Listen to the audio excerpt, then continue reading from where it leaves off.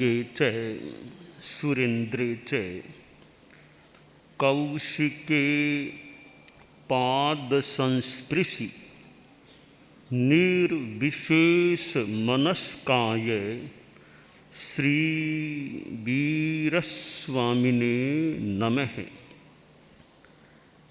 आयारो आगम में कहा गया है, पासह एगेव शीयमाणे अनत्तपन्ने। दुनिया में प्रज्ञावान पुरुष भी मिल सकते हैं तो अनात्म प्रज्ञ व्यक्ति भी हो सकते हैं, जिनमें प्रज्ञा का अच्छा जागरण हो गया है, संयम के प्रति निष्ठा पुष्ट हो गई है। ऐसे मुनि साध्वियाँ संयम का अच्छा पालन करने में सफल हो सकते हैं।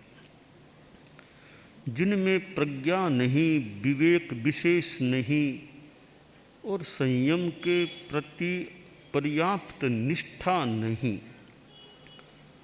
और जागरूकता नहीं, ऐसे साधु भी अवसाद को प्राप्त हो सकते हैं, खेद खिन्न हो सकते हैं, चित्त समाधि से रहित कुछ अंशों में रह सकते हैं। तो प्रज्ञा एक ऐसा तत्व है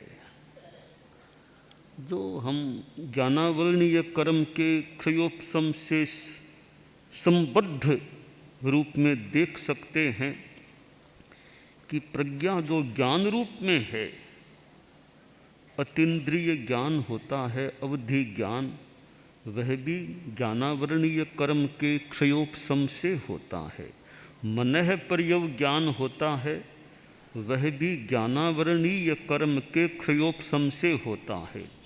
और केवल ज्ञान ज्ञानावरणीय कर्म के क्षय से उत्पन्न होता है। केवल ज्ञान ऐसा है जो ज्ञानावरणीय कर्म के क्षय से उपलब्ध होता है। बाकी 4 ज्ञान, 5 ज्ञान हैं, आभिनिबोधिक कह दें, मति ज्ञान, श्रुत ज्ञान, अवधि ज्ञान, मनः पर्यव ज्ञान, केवल ज्ञान। केवल ज्ञान के सिवाय चारों ज्ञान ज्ञानावरणीय कर्म के क्षयोपशम से उत्पन्न होते हैं। क्षयोपशम और क्षय में और अंतर क्या? मार्ग एक ही है। मंजिल तक ठेठ तक पहुंच गए तो क्षय, और बीच में है तो क्षयोपशम।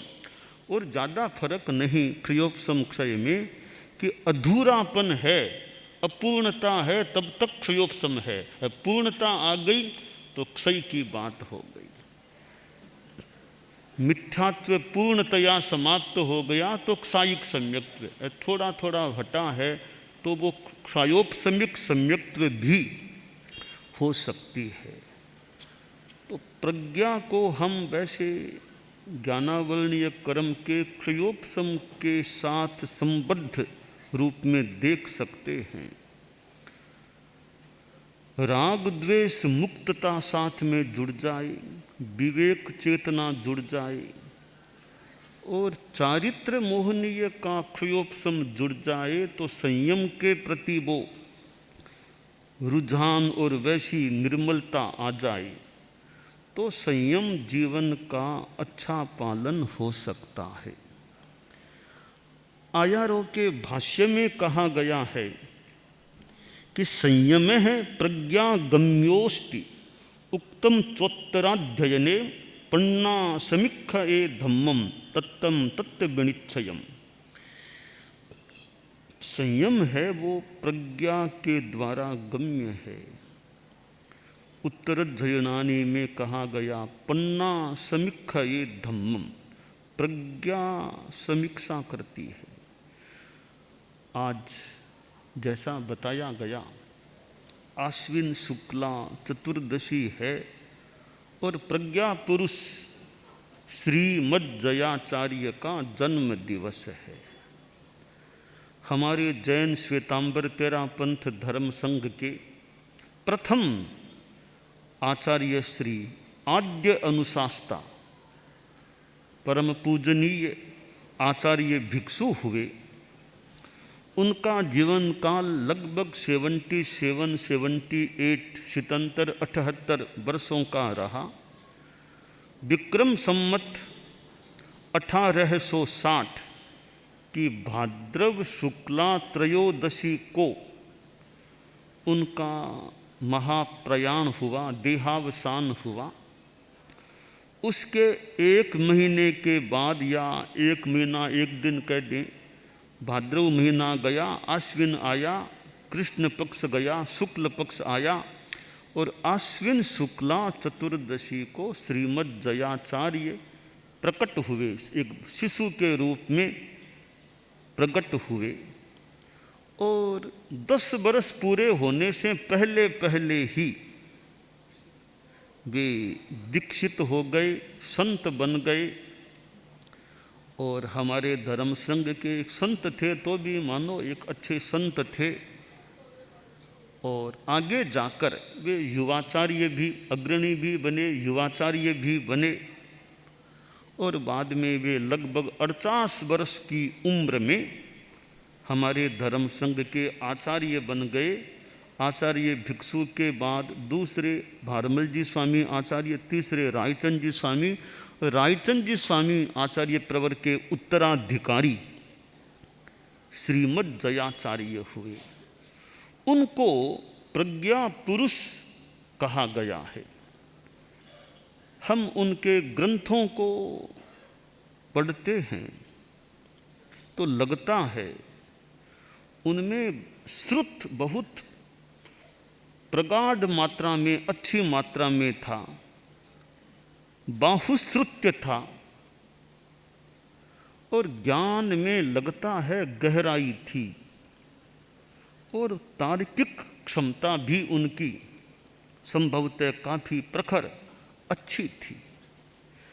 आज उनका साहित्य राजस्थानी भाषा में कुछ साहित्य राग रागिणियों में हमें मिलता है, जैसे भगवती जोड़ है।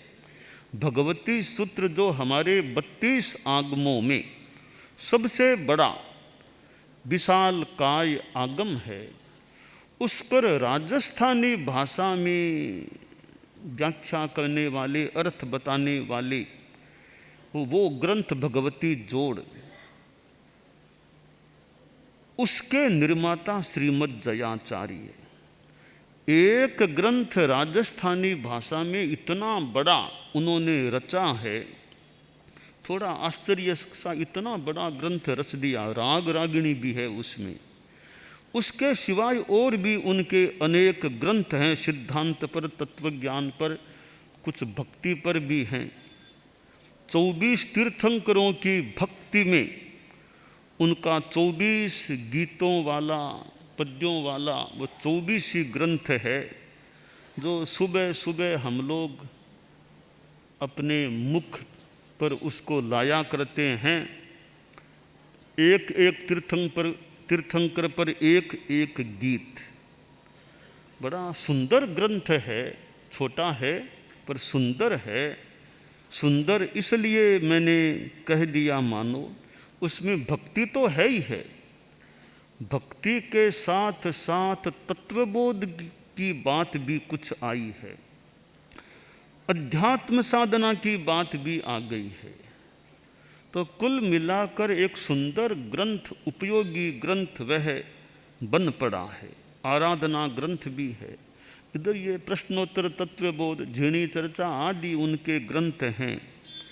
संदेह विष औषधि, जनाज्ञा मुख मंडन, कुमति विहंडन, ऐसे अप्रकाशित भी कुछ ग्रंथ हैं। श्रीमज्जयाचार्य हमारे धर्म संघ के चतुर्थ आचार्य बने और आचार्य भिक्षु की कुछ अंशों में प्रतिकृति श्रीमज्जयाचार्य को कहा जा सकता है। प्रतिकृति इसलिए कि संभवतः दोनों श्याम वर्ण के थे। भिक्षु सो श्याम चेहरो, श्याम वर्ण के थे दोनों आचार्य श्री, पहली बात। दूसरी बात, दोनों का जीवन काल लगभग 78 वर्ष का रहा। तीसरी बात, दोनों ही मारवाड़ से थे। आचार्य भिक्षु कंटालिया से वहाँ से थे, तो पास में ही रोयट वहाँ से श्रीमद दयाचार्य थे, दोनों मारवाड़ से ही थे। और चौथी बात, ज्ञान के क्षेत्र में और राजस्थानी भाषा में तत्वज्ञान को सन्निहित करने वाले, पद्यों में सन्निहित करने वाले वे दोनों आचार्य श्री रहे हैं। और वो प्रज्ञा दोनों में ही मुझे दिखाई दे रही है। आचार्य भिक्षु में भी प्रज्ञा का दर्शन होता है, उनके साहित्य को पढ़ने से या थोड़ा मनन कुछ करने से भी हो जाए, और श्रीमद दयाचार्य के साहित्य का स्वाध्याय करने से भी उनकी प्रज्ञा का मानो दर्शन होता है। तो राजस्थानी भाषा से जुड़े हुए, राजस्थानी भाषा में तत्वबोध को सन्निहित करने वाले ये दोनों आचार्य हुए। और श्रीमद दयाचार्य आचार्य भिक्षु के परम्पर उत्तराधिकारी थे। और आचार्य भिक्षु का जो दर्शन था उसकी व्याख्या करने में श्रीमद दयाचार्य का योगदान है। ब्रह्म विध्वंसनम ग्रंथ को भी देख लें, शारद शतक प्रश्नोत्तर को देख लें, आगम संबंधी कई बातों का उत्तर श्रीमद दयाचार्य ने दिया है। तो ऐसे हमारे परम पूजनीय श्रीमद दयाचार्य जो हमारे धर्म संघ के अनुशासता भी थे, तो उनका ज्ञान का जो पक्ष है, एक महान मानो तत्ववेत्ता आचार्य श्री वे थे। और इसके साथ उनकी अध्यात्म की साधना, यूँ तो संत पुरुष थे तो ऐसे ही अध्यात्म साधना तो एक सामान्य बात है, संत में अध्यात्म साधना हो, परंतु वे हमारे धर्म संघ के आचार्य थे, अनुशासता थे। एक अनुशासता होकर भी उनका जो साधना में समय लगा, मानो कोई योगी राज हो, कोई अपना एक साधना में लगा हुआ, ऐसे व्यक्तित्व थे। और एक थोड़ा अनुकूल पक्ष यह भी माना जा सकता है कि उन्होंने एक युवा अवस्था के मुनि को अपना युवाचार्य जल्दी बना दिया था। मघराज वे युवाचार्य बन गए, और युवाचार्य होने से संभवतः दयाचार्य को थोड़ा आश्वासन मिल गया होगा कि भाई कोई बात नहीं, मैं करूँ तो ठीक, वरना मग जी है, युवाचार्य जी वो काम, अनुशासन व्यवस्था का काम वो संभाल लेंगे। तो अगर कोई सहयोगी ऐसा सक्षम न हो, तब तो आचार्य जो अनुशासता हो वो इतना समय निकाले, साधना में लगा सकें अथवा न भी लगा सकें, पर आश्वासन हो भी व्याख्यान देना कोई बात नहीं, मैं जाऊं नहीं जाऊं, मग जी हैं ही। कोई संतों को कोई व्यवस्था संबंधी बात बतानी, साधियों को कोई निर्देश मैं दूं, कोई बात नहीं, मैं एकांत में हूं तो मग जी अपने आप संभाल ले। और कोई प्रश्नों का जवाब की तत्वज्ञान की बातें, ठीक है, मेरे से पहले मग जी से ही पूछ लो, उनसे जवाब मिल जाए तो मेरे तक आने की जरूरत ही नहीं है। तो इतना हम कल्पना करें, बड़ा एक आश्वासन दयाचार्य को युवाचार्य श्री मघवा के कारण मिल गया होगा। और वे अध्यात्म के साधक भी रहे। और अनुशासन, आज अनुव्रत उद्बोधन सप्ताह के अंतर्गत 6ठा दिवस है और अनुशासन दिवस है। और चतुर्दशी भी थोड़ा यूँ अनुशासन मर्यादा व्यवस्था से जुड़ा हुआ दिन होता है। तो श्रीमद दयाचार्य यूँ अनुशासता भी थे, थोड़ी कड़ाई भी संभवतः कर लेते थे अनुशासन में। अनुशासन का पहला रूप या सबसे बढ़िया रूप कुछ अंशों में है आत्मानुशासन। हमारे यहाँ जो ये घोष चला है, निज पर शासन फिर अनुशासन, कि दूसरों पर अनुशासन करने से पहले खुद पर अनुशासन करो। हर व्यक्ति अपने से अपना अनुशासन कर ले, मैं मेरे पर अनुशासन करूं। उत्तरध्ययनानि का श्लोक आदर्श श्लोक है। वरम मे अप्पादंतो संजमेन तवेन ये माहम परेहिं दम्मंतो बंदने वहेश ये आश्रय। कि श्रेष्ठ बात यही है, बढ़िया बात यही है कि मैं स्वयं अपनी आत्मा को दांत बनाऊं, अनुशासित रखूं अपने आप को। अनुशासित कैसे रखूं, तरीका क्या हो? शास्त्रकार ने 2 तरीके बता दिए। संयमेन तवेन ये, कि संयम और तप से अपनी आत्मा पर अपना अनुशासन करो, संयम करो। किसका संयम करें? शरीर का संयम करो, वाणी पर संयम करो, मन का संयम करो और इंद्रियों का संयम करो। इन चारों पर संयम रखें। साथ में तप भी चले, थोड़ा श्रमशील रहो, काम से कतराओ मत, हिम्मत रखो, आराम तलब मत बनो, सुविधावादी मत बनो, श्रमशीलता का मनोभाव रखो। यह श्रम करना भी अच्छा शुभ श्रम हो तो वह भी एक प्रकार की तपस्या है। शुभ योगस्तप है। सारा शुभ योग अपने आप में तप होता है। तो आदमी अच्छा श्रम करे। अब हमारे साधु साध्वियाँ उपस्थित हैं, आज चतुर्दशी है। कोई कहे भाई कि हमें तो साधु चाहिए, साधु दो। कोई कहे साध्वियाँ हमारे साध्वी प्रमुखा जी हैं। साध्वी प्रमुखा जी मानो जयाचार्य की देन है। मैंने जयाचार्य की बात कही, पहले संभवतः उनसे पहले कोई साध्वी प्रमुखा जैसी इतनी बात नहीं रही होगी। श्रीमद् जयाचार्य ने एक आयाम जोड़ा तेरा पंथ में कि संगठन में, कि साध्वियों में एक मुखिया होने चाहिए। और यह उनका शुरू किया हुआ जो क्रम था वो चलता आ रहा है। चलते चलते साध्वी प्रमुखा विस्तृत विभाजी तक आ गया है। यानी 9वीं पीढ़ी तक, साध्वी प्रमुखों में 9वीं पीढ़ी तक आ गया है। तो यह देन जयाचार्य की है। और तो साध्वी समुदाय की हमारे यहाँ जो ये संगठन की व्यवस्था है, आचार्य तो खैर सर्वे सर्वा हैं ही, सुप्रीम हैं। उनके अनुशासन के अंतर्गत साध्वी प्रमुखा संपूर्ण साध्वी समुदाय में हेड होती है, मुखिया होती है। पहले साध्वी प्रमुखा कनक प्रभा जी कुछ वर्षों पहले तक विराजमान थी। फिर उनका लगभग 3-4 साल पूर्व देहावसान महाप्रयाण हो गया। उसके बाद साध्वी प्रमुखा का स्थान विस्तृत विभाजी साध्वी जी को दिया गया। तो यह साध्वी प्रमुखा पद है वो वैसे जयाचार्य का मानो एक प्रकार से अवदान है। तो यह अनुशासन का जो पक्ष है तो श्रमशीलता होती है। साधु साध्वियाँ भी हमें साध्वी दो और साध्वी दो, मांग भी कोई गलत नहीं है। मांग ऐसे उचित मांग करना गलत नहीं। काम चलेगा कैसे? सहयोग के बिना काम में कठिनाई हो जाती है। कोई गलत बात नहीं। संत भी कोई मांग ले हमें संत दो, संत दो, कोई मांग कोई गलत भी नहीं। ऐसे यथा अपेक्षा मांग रखी जा सकती है तो है ही।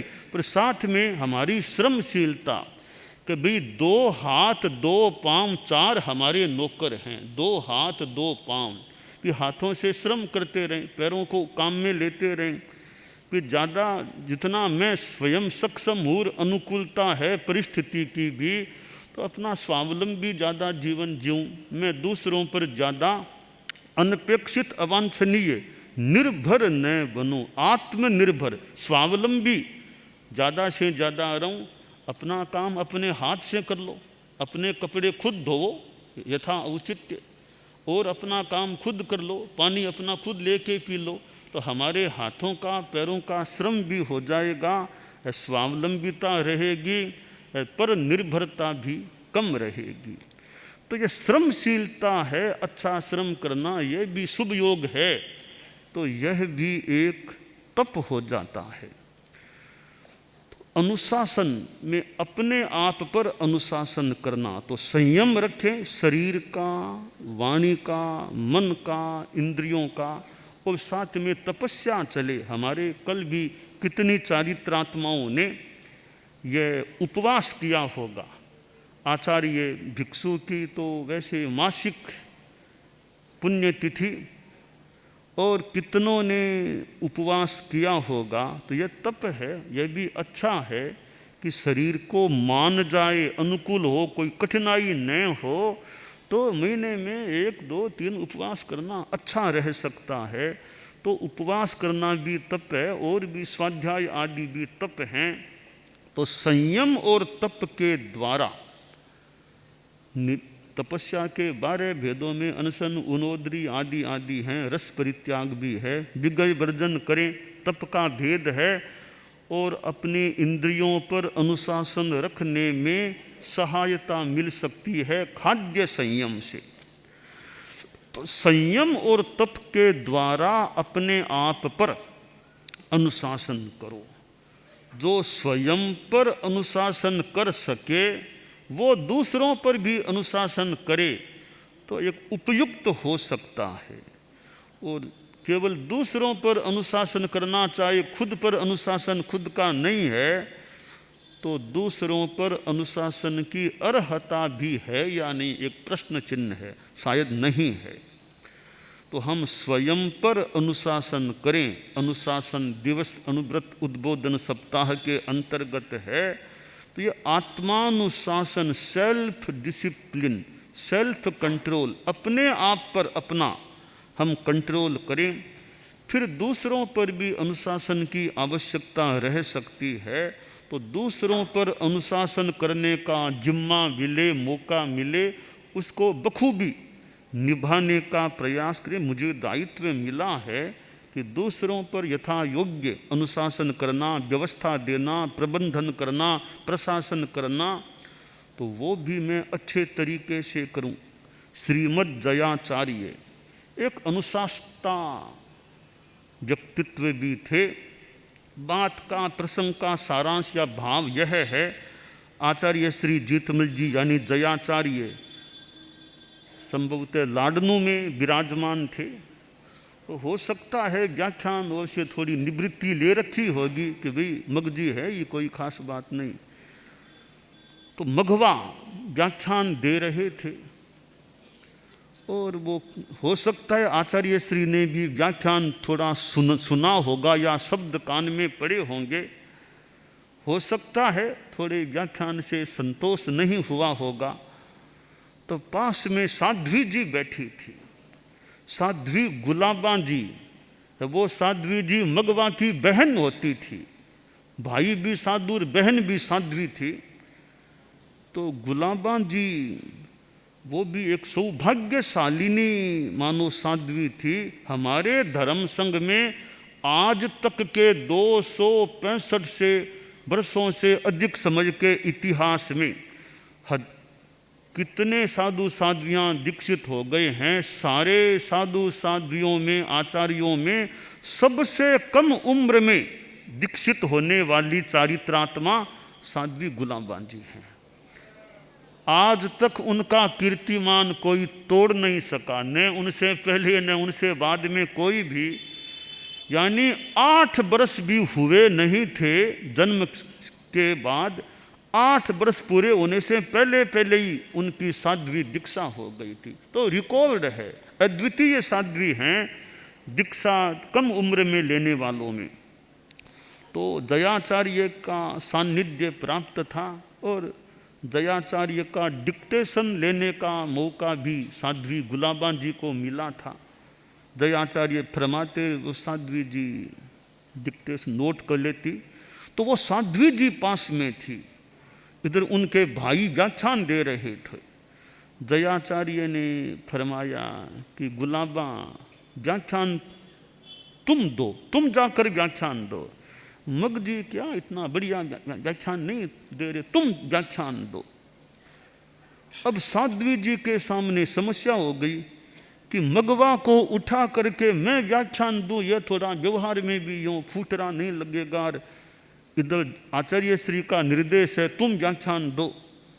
तो एक तरफ भाई महाराज, एक तरफ गुरुदेव, मैं तो बीच में आ गई, अब कैसे करूं? व्याख्यान नहीं दूंगी तो गुरु का आदेश है, वो टालूं कैसे? व्याख्यान दूं तो अपने भाई और एक प्रतिष्ठित व्यक्तित्व जो भी को उठा करके मैं व्याख्यान दूं, ये भी कैसे गरिमापूर्ण होगा?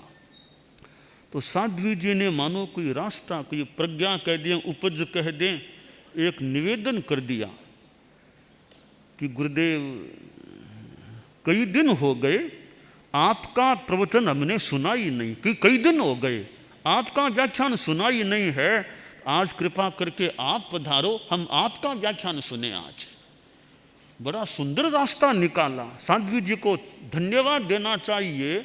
इतना सुंदर रास्ता, न तो गुरु के आदेश का अतिक्रमण, न भाई के साथ कोई मतलब ऐसा कोई थोड़ा अगरिमापूर्ण, दोनों ही नहीं, एक सुंदर रास्ता निकाल लिया।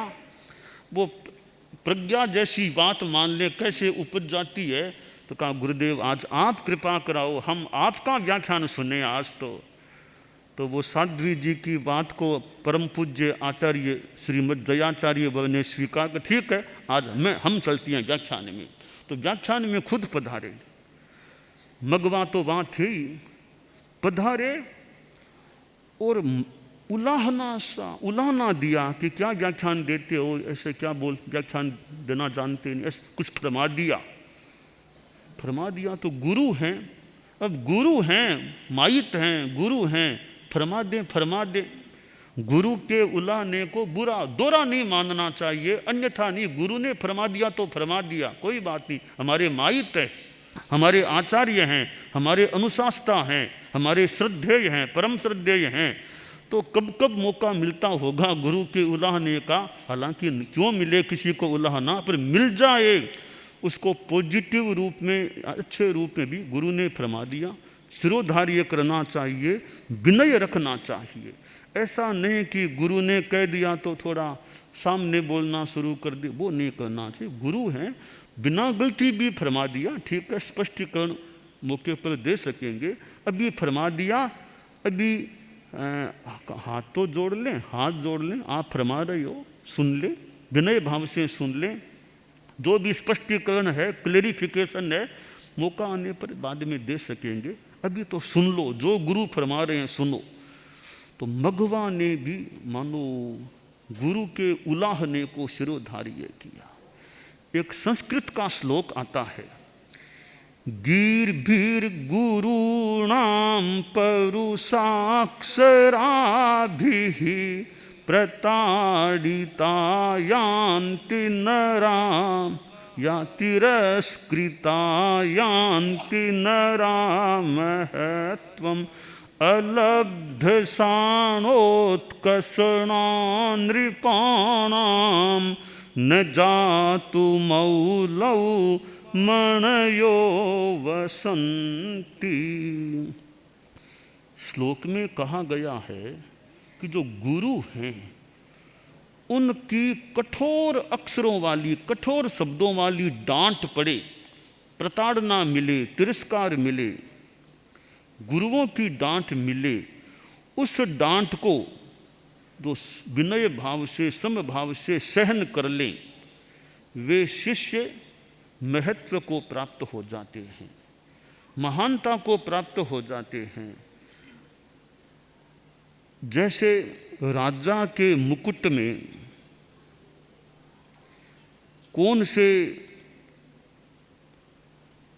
मणि स्थान प्राप्त करते हैं, जो खरे उतर जाएं शान पर वे वहाँ स्थित हो सकते हैं, वो खरे नहीं उतरे उनको वो मस्तक के ऊपर मुकुट में स्थित होने का मौका न मिले। इसी प्रकार जो शिष्य अनुशासन को सहन करे, गुरु का अनुशासन है, कठोर भी कभी हो जाए उसको भी विनय भाव से सहन कर ले, तो एक बार, दो बार, तीन बार कभी मान लो और ज़्यादा भी कभी डांट मिल जाए, पर विनय भाव का उत्तर दे, यानी विनय भाव रखे, विनय भाव से स्वीकार करे, विनय भाव रखे, वो शिष्य उच्चता की दिशा में आगे बढ़ सकते। तो यह अनुशासन दिवस है आज। तो अनुशासन बहुत काम का होता है कि जो हमारे अधिकारी हैं, जो हमारे बड़े हैं, जिससे जो जिनके अधीनत्व में हैं, उनके अनुशासन को विनय से शिरोधार्य करना चाहिए। और शिरोधार्य विनय से करते हैं, कभी वे खुद अनुशास्ता बनने के लायक बन सकते हैं।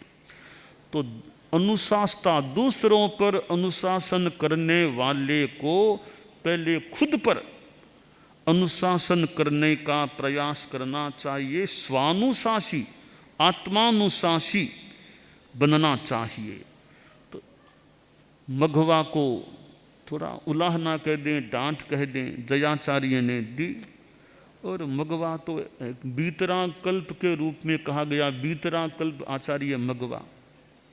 वो दिन बीता, संभवतः अगले दिन पुनः जयाचार्य व्याख्यान में पधारे और परिषद में फरमाया, देखो कल मैंने मग जी को यूं इतनों के बीच में कह दिया था, इन्होंने कैसे विनय से मेरे उलाहने को स्वीकार किया। संभवतः या मैं जोड़ दूं, फरमाया होगा कि मग जी से सीखो विनय कैसे रखना, कैसे अनुशासन को यूं शिरोधार्य करना।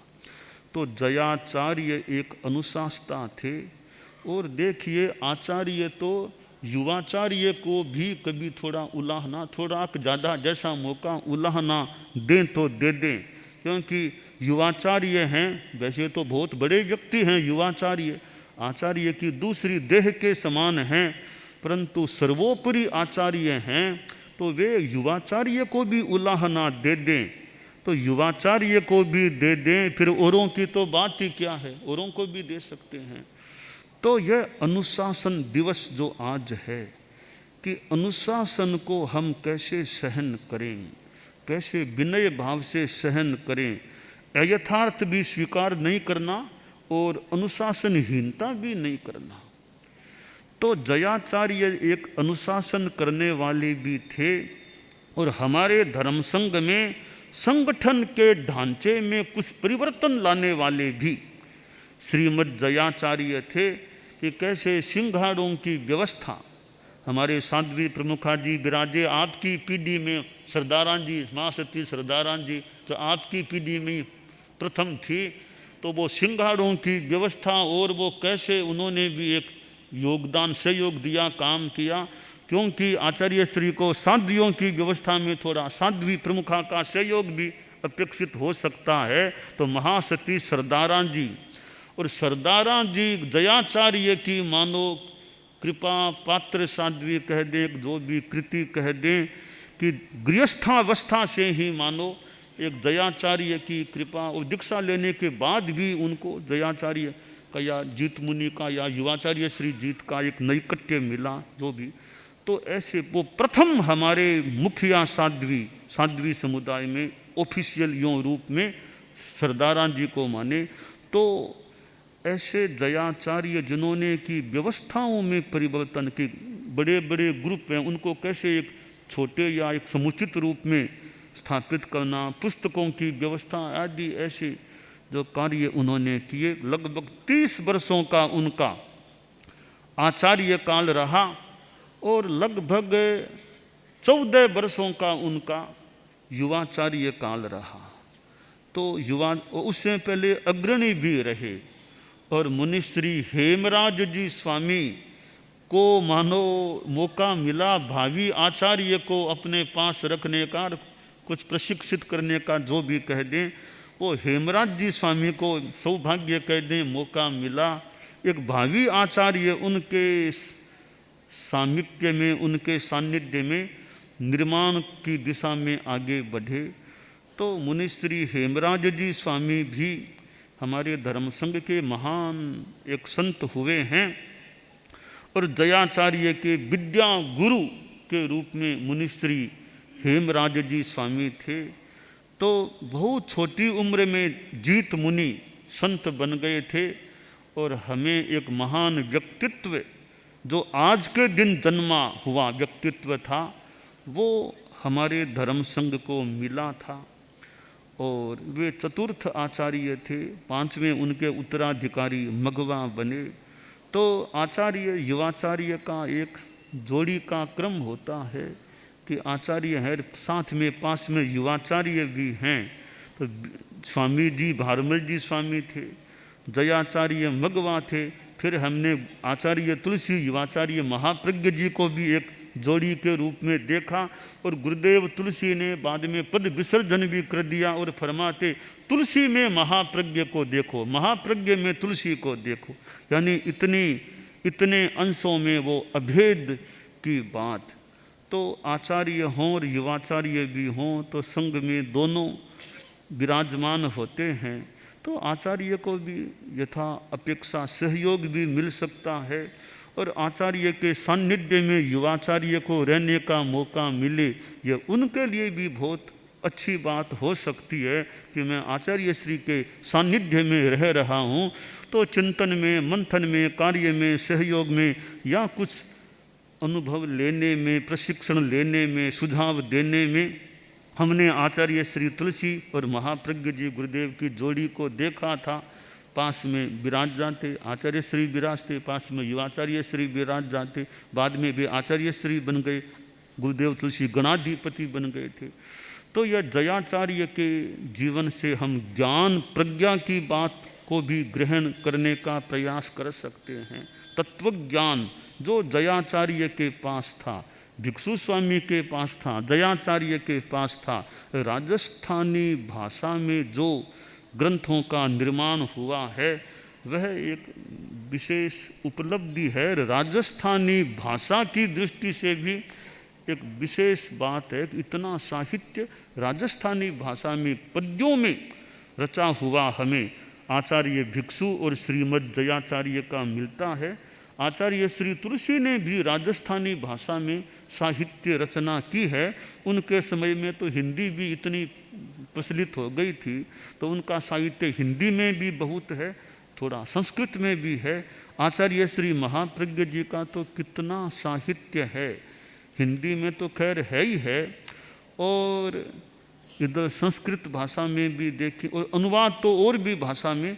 तो आचार्य श्री महाप्रज्ञ जी के साथ भी प्रज्ञा शब्द जुड़ा हुआ, महाप्रज्ञ प्रज्ञा शब्द जुड़ा हुआ है।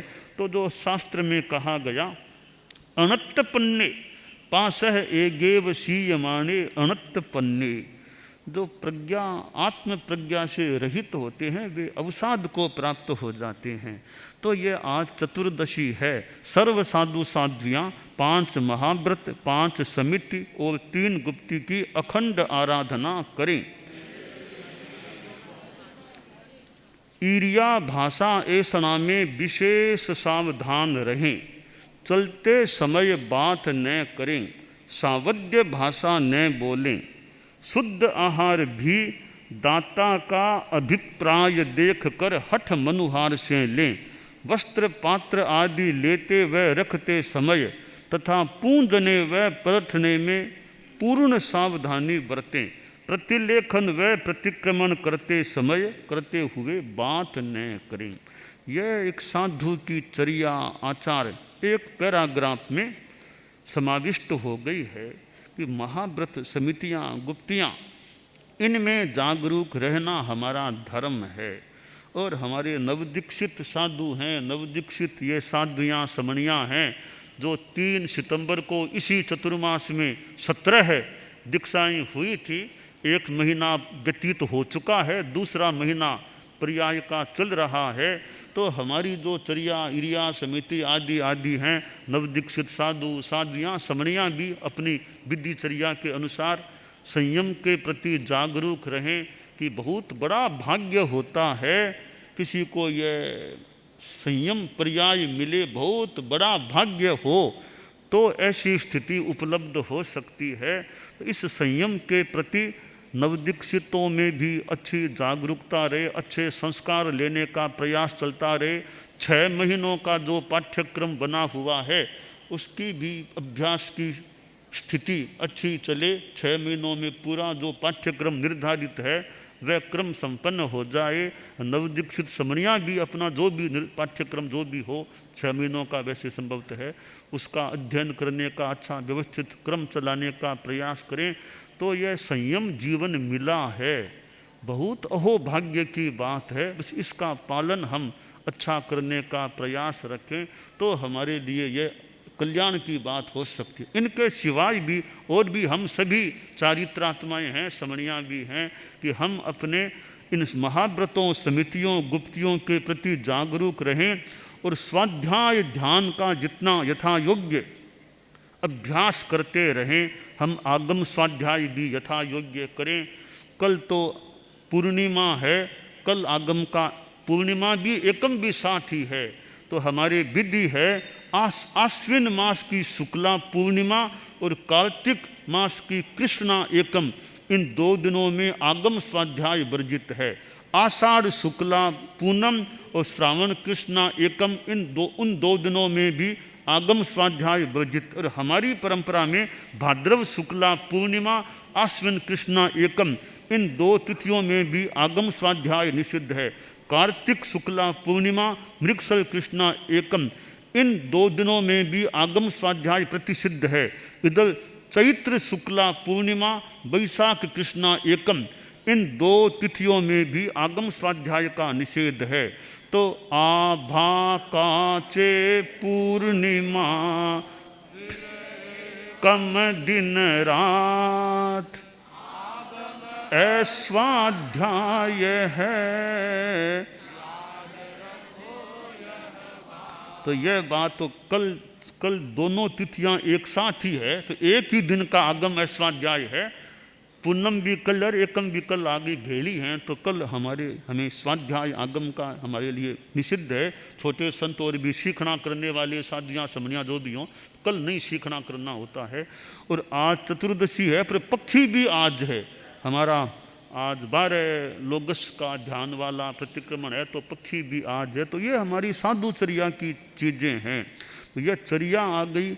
हमारा दर्शन भी है कि भाई ये त्याग धर्म, भोग अधर्म, व्रत धर्म, अव्रत अधर्म, आज्ञा धर्म, अनाज्ञा अधर्म, असंयति के जीने की वांछा करना राग, मरने की वांछा करना द्वेष, और संसार समुद्र से उसके तरने की वांछा करना वीतराग देव का धर्म है। यह सिद्धांत की बात है। अब जो संगठन अनुशासन की धाराएं हैं कि सर्व साधु साध्वियाँ एक आचार्य की आज्ञा में रहें, विहार चतुर्मास आचार्य की आज्ञा से करें, अपना अपना शिष्य शिष्याएं न बनाएं, आचार्य भी योग्य व्यक्ति को दीक्षित करें, दीक्षित करने पर भी कोई अयोग्य निकले तो उसे गण से अलग कर दें। आचार्य अपने गुरु भाई या शिष्य को अपना उत्तराधिकारी चुने, उसे सब साधु साध्वियाँ सहर्ष स्वीकार करें। ये हमारे अनुशासन कह दें संगठन की धाराएं हैं, मानो पिल्लर्स हैं।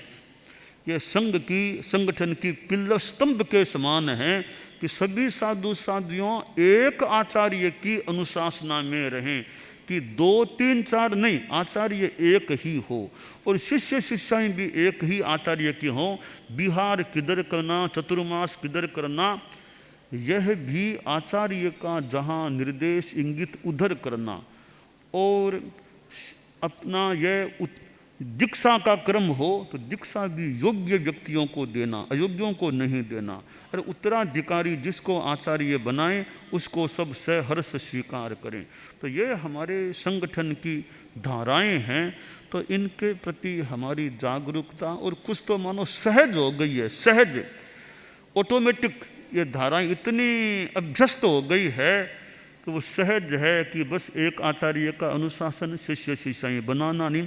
तो यह क्रम हमारा जो चल रहा है, तो हमारी संयम की साधना अच्छी चले और इधर हम संगठन की जो मर्यादाएं हैं उनके प्रति भी जागरूक रहें। चतुर्मास के बाद विहार करना कोई कारण विशेष को छोड़ दें तो सामान्यतया चतुर्मास पूरा हो जाए, मृगशल कृष्णा एकम को साधु के लिए सामान्य विधि है कि विहार कर देना होता है। वो मुहूर्त भी एकम को जैसा भी दिन है, कोई इसमें हमें दिमाग में तनाव टेंशन नहीं करना कि दिन कैसा, दिन जैसा भी है हम अच्छे रहें, बस दिन जैसा भी हो हम अच्छे बने रहें।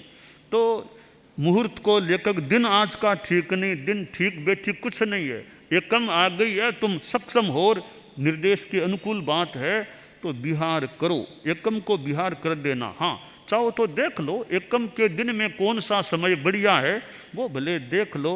तो आज 6 अक्टूबर है और आगे 6 नवंबर को हमें भी प्रेक्षा विश्व भारती से जैन विश्व भारती के लिए मानो विहार करना है। दोनों ही विश्व भारती है, प्रेक्षा विश्व भारती, प्रेक्षा की जगह जैन करना मान लो हो जाए तो प्रेक्षा विश्व भारती से जैन विश्व भारती के लिए कि 6 नवंबर को प्रस्थान, 6 फरवरी को जैन विश्व भारती पहुंचना है। तो 6 नवंबर को हमारा विहार है। तो विहार का समय है कि प्रातः करीब 7:30 बजे के आसपास यथासंभवतया 13 पंथ भवन प्रेक्षा विश्व भारती से प्रस्थान करने का भाव है जैन विश्व भारती लाडनू के लिए। बीच में छोटी खाटू है और भी क्षेत्र हैं। तो 7:30 के अंदाज आसपास हमें 6 नवंबर को यह विहार करना है। तो यह विहार का क्रम भी हमारी परंपरा में भी जम करके मत रहो, तुम स्वस्थ हो ठीक हो यथा विधि विहार करो, एक जगह मत रहो। तो वो हमारी विहार चर्या है। साधु साधियाँ अपना सामान जब जैसा धीरे धीरे मौका अपना बुलाने का, यथास्थान संभलाने का, वो धीरे धीरे हल्का होने का, काम निपटाने का जैसे जैसे मौका आए प्रयास कर सकते हैं। तो यह हमारी जो साधु चर्या है। और हमारा ये जैन श्वेतांबर 13 पंथ में भिक्षु शासन, 13 पंथ धर्म संघ भैक्षव शासन है। तो हम आचार्य भिक्षु जिनके हमारे जो प्रथम गुरु हुए और फिर उनकी परंपरा में चलते दयाचार्य भी हुए, आगे बढ़ते बढ़ते आचार्य श्री तुलसी हुए, जिनको हमने आँखों से देखा, जिनके चरण में मस्तक का स्पर्श, चरण का स्पर्श मस्तक से करने का हमें मौका मिला। फिर परम पूजनीय आचार्य महाप्रज्ञ जी हुए, जिनके चरण स्पर्श का भी हमें मानो सौभाग्य मिला। वर्तमान में भी संघ गतिमान है। तो हम हमारे धर्म संघ की मर्यादाओं के प्रति भी जागरूक रहने का प्रयास करें। तो ये हमारी जो हाजिरी यानी मर्यादा पत्र की जो बातें होती है वो हम चतुर्दशी को प्रेरणा के रूप में, स्मरणा के रूप में कुछ बताया करते हैं।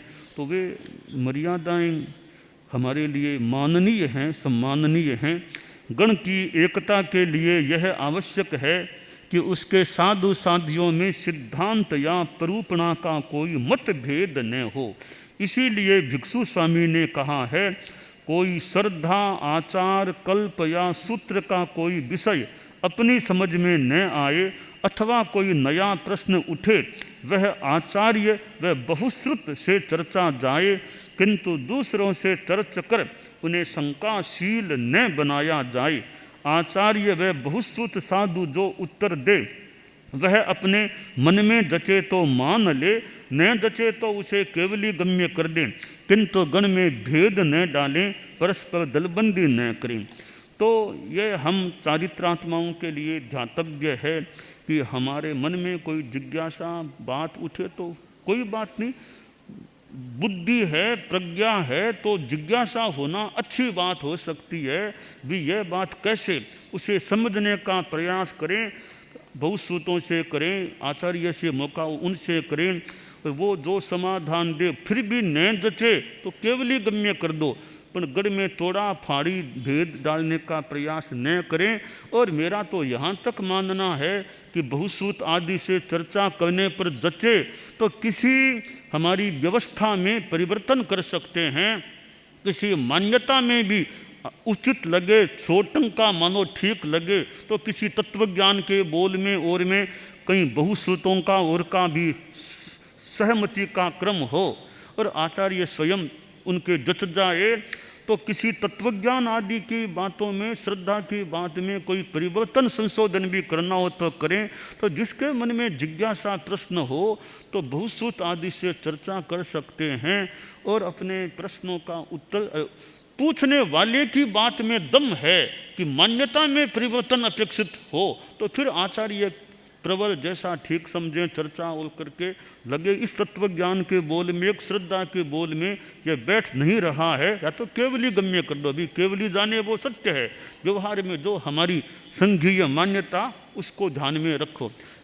अपेक्षा लगे परिवर्तन भी करना ठीक है, तो मेरे चिंतन से उचित लगे तो परिवर्तन में भी कोई ऐसी कोई खास कठिनाई नहीं होनी चाहिए। सच्चाई इसकी बात में है, एक छोटे साधु की बात में भी सच्चाई है, वास्तव में सच्चाई है, उसका भी सम्मान करें, छोटे की बात का भी सम्मान करें। छोटी साधु भी कह दे तत्वज्ञान की यह बात ऐसे कैसे ऐसे होनी चाहिए, तो द्रव्य क्षेत्र काल भाव संग के अनुशासन आदि को ध्यान में रखते हुए उचित लगे तो किसी रूप में उसकी बात को भी महत्व दिया जा सकता है। छोटा भले हो, ज्ञान मोटा है, उपज ठीक है, बात अच्छी है, तो अच्छी बात कहीं से भी मिले, अच्छी बात का सम्मान करना चाहिए।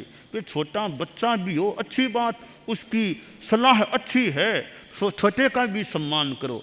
तो जहाँ यह हमारी सच्चाई के प्रति, यथार्थ के प्रति निष्ठा अच्छी गहरी हो तो भी यथार्थ मुख्य है। छोटा है कि बड़ा, यह बात व्यवहार को देख लेना चाहिए। बाकी गौण है, अच्छी बात सच्ची बात छोटे की है, उसको भी महत्व दें, उस पर भी चिंतन करें, मंथन करें। ठीक लगे तो छोटे की बात को भी संघीय व्यवस्था या मान्यता का रूप भी दिया जा सकता है।